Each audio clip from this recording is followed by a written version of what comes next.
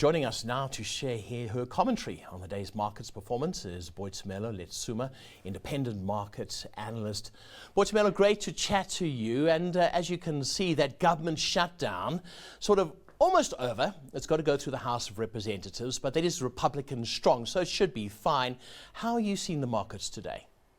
Thank you so much. Thank you for having me, and it's such a pleasure to meet you. Most welcome. Yeah, I mean, as you said, the markets at the moment, especially in the US, mainly concentrating on the end of the government shutdown. And yeah, I mean, the deal is meant to restore funding for federal agencies and also reverse some of those recent job losses of federal workers. But I mean, naturally, the Democrats aren't very happy with the 8 that sided with the Republicans, because there's no guarantee that the vote would go in favor of health insurance subsidies for millions of Americans who are unable to afford healthcare in those markets. But yeah, I think I mean, the fact that the shutdown will be over is something positive to look at. Most definitely. Right, let's get down to our markets then. You would have heard the Premier Group halfway. What are your thoughts? Yeah, the Premier Group, that was really nice. We saw, as you said earlier on, I heard you mention the milk bake division. The milk bake division contributing so much to its revenue, and earnings also increased significantly. And they also hope to, benefit from its new bakery in Ayrton.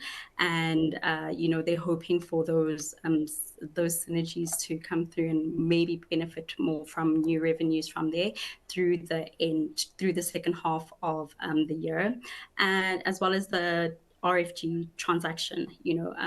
They did mention that they would be doing a deal swap with the firm, and which will be valued at about 5.7 billion rand. So yeah, that was very positive to see from the company. Yeah, you can see that the Premier Group up over 3% is quite something.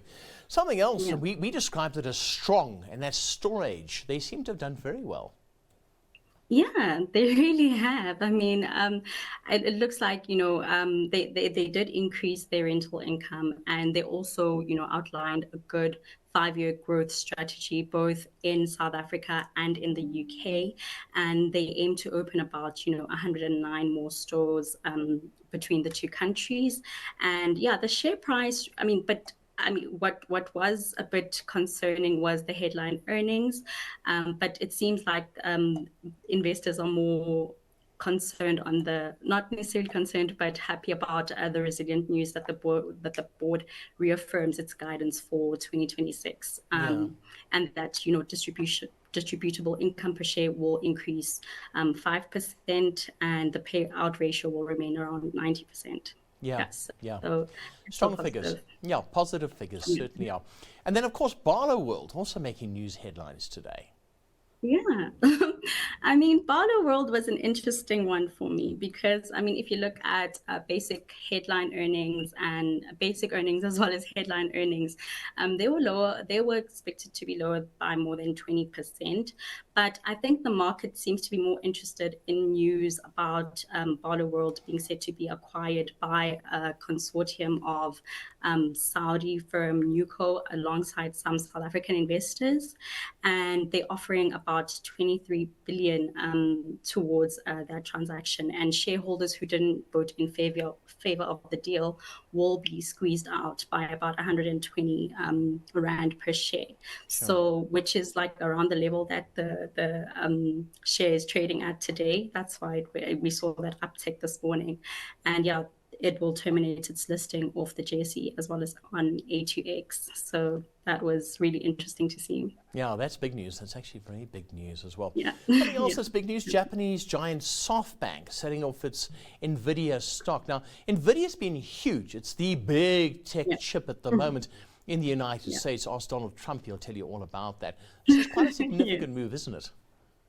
Yeah, it really is, and I think with everybody been speaking about the bubble and everything, I think, the SoftBank could possibly be calling the top and taking profit, especially considering, how Nvidia has been trading over the past couple of months, and it recently reached like that 4 trillion market cap. So I think it was a time for the firm to take profit, and I mean they made about 2.1 trillion yen from that Sure. sale.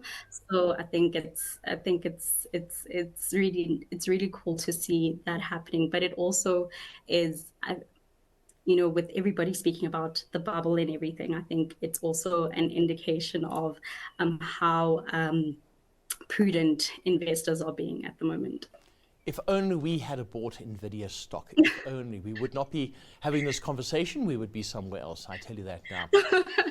Absolutely. Boitumelo, Definitely. hold that Yeah. thought at the moment. Before we move on to your stock pick, let's take a moment to touch on which counters your industry peers are watching closely. So they've recently turned a profit. They've started readjusting themselves, making money. The fintech surge has really helped them go forward. They're in 14 African countries, so they're well diversified.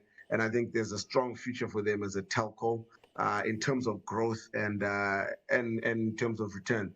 The competitive landscape is not as hectic as it was before, but with a market cap of around 10 billion pounds, I think the stock is sizable enough and liquid enough to meet its growth expectations of a PE of more than 25. Look, I mean, last week we saw a bit of risk off generally in markets, and as we kick off this week, we're starting to see some risk on, and we're starting to see these commodity prices move up. I know we've had a big run in gold and some of the other underlying commodities, but I'm always mindful of never trying to call a top in anything. So, gold kind of topping out recently around 4.4. I think a 10 to 12% pullback was actually quite a healthy pullback in terms of what we've seen in this gold trend. So, provided there's continued risk on, I think that there could be a bit more in the gold price. And, recently we did see Harmony peak out around 380 down to about 280 and starting to move in the right direction. Now, I think it should start to resume that run back up to 380. And I quite like the copper acquisition that they've recently announced. I think that gives it some kind of an underpin. And I think it also gives it an ability to diversify their single commodity exposure into other commodities with the profits that they're generating now. Right, so those are the two stock picks. We've got Airtel Africa. Yeah. We've also got Harmony Gold. What are your thoughts? Yeah. I mean, starting with Harmony Gold, looking at the gold price also trading north of $4,000. And I think gold producing firms are used as a proxy for an investment in gold. And I mean, the firm also stated its commitment to improving safety measures, and it's also diversifying its product offering through its acquisition through Mac Copper in Australia. And yeah, I just think it's just in a very good position to benefit from the current gold price, which has reached all-time highs in recent times. So yeah, that's my take on Harmony Gold. And then Airtel, this was a different one for me. There's been a significant improvement in its customer base and its data subscriptions. But I think while it's improved its earnings, they are still relatively lower than the levels that we saw them around 2022, 2023. And I think just looking at the financial statements, the currency risk could undermine, operating profits if they are not managed well. And yeah, but still the firm is doing a lot in terms of CapEx, and it also reaffirmed that it's preparing for its IPO of the Air Money. So overall, it looks like the management team is doing its best to drive long-term value, but it would be on the riskier side of the spectrum. Yeah, you can see that. You definitely can. Right, what is your stock pick then?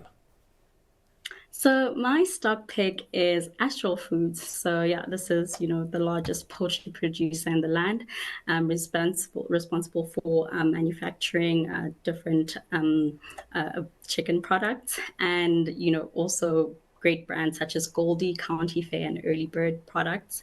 And yeah, I just think it has a good product mix, with the animal feed segment offsetting some of those losses that we saw in its poultry division in the previous year.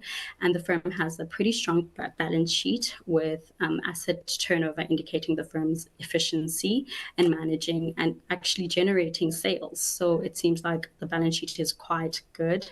And yeah, in a recent trading statement, it also indicated that it expects a positive increase in earnings for the full year, driven by several factors. And it will also be interesting to see the succession plan that they have for their CFO, who would be stepping down in the next couple of months. But yeah, Astral Foods is still a good one for me, and that's my stock pick for today. Love it, love it, love it. Boitumelo, thank you so much. Good to have you with us at Business Thank Lunch. you. Good stuff. We'll chat to you again soon.